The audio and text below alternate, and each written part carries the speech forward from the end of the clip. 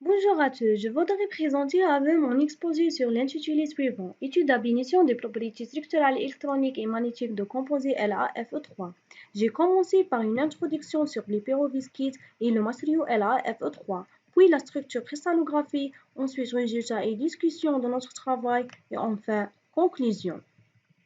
Parmi les oxydes AbO3 d'intérêt scientifique et technologique, dans notre travail, nous sommes intéressés à l'étude de la perovskite LaFe3.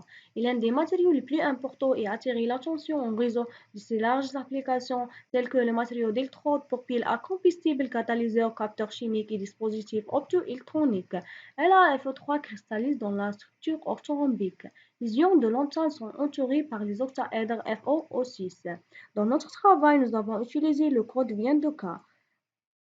Dans le cadre de la DFT basée sur la méthode FP-LAPW, pour le potentiel de corrélation d'échange, nous avons utilisé l'approximation WCJA plus I.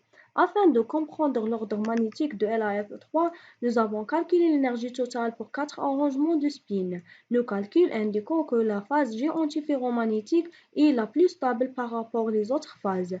Ces résultats sont en accord avec le résultat expérimental.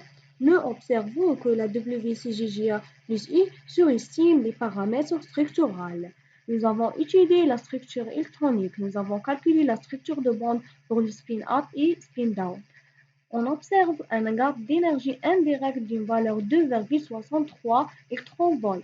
Ce gap d'énergie se produit entre le haut de la bande de valence au point E et la bas de la bande de conduction au point gamma. La figure suivante représente la densité d'état totale et partielle. La courbe peut être divisée en 4 régions. La première région dans les états de valence est composée par les états 3D de Fe avec une faible contribution des états de P de O, et la deuxième composée des états 3D de Fe et de P de O, qui sont responsables de la liaison covalente entre Fe et O. Et la première région de la bande de conduction, cette partie est dominée par des états F de La et des états 3D de Fe et partiellement des états de P de O. Et la deuxième région est formée des états 5D de La et partiellement des états de P de O.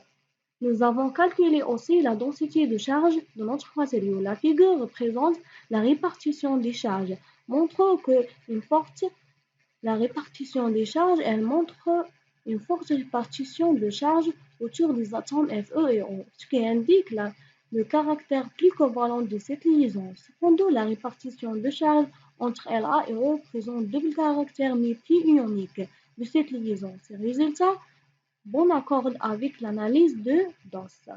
Nous avons trouvé que LaFe3 est stable à la phase G antiferromagnétique type G. Ce résultat montre que les paramètres structuraux obtenus pour le GGA plus I sont proches de ces résultats de données expérimentales.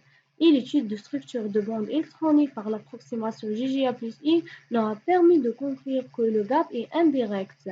Les calculs des densités d'état donnent une explication détaillée de la contribution des différentes orbitales.